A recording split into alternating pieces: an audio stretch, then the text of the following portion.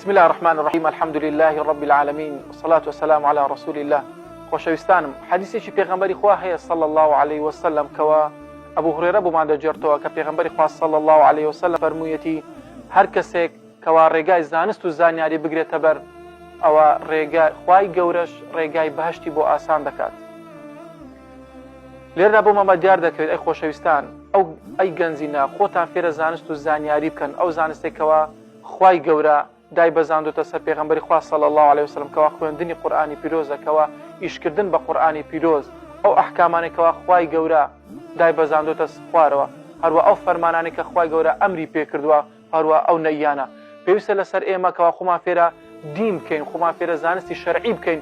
کاتێکەوە خۆت فێرە زانستی شەرعی کرد کەوا تۆ لەسەر ئەم ڕێگای بەم ڕێگای دەچیتە بەهشتەوە وەکو پێغەمبەری خوا صلی الله عليه وسلم فەرموویەتی.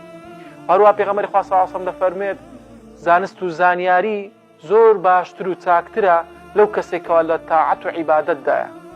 کەواتە لێردا گەورەی زانست و زانیاریمان بۆ دیار دەکەوێت کەوا پێویستە لەسەرمان خۆمان فێرە زانست و زانیاری بکەین.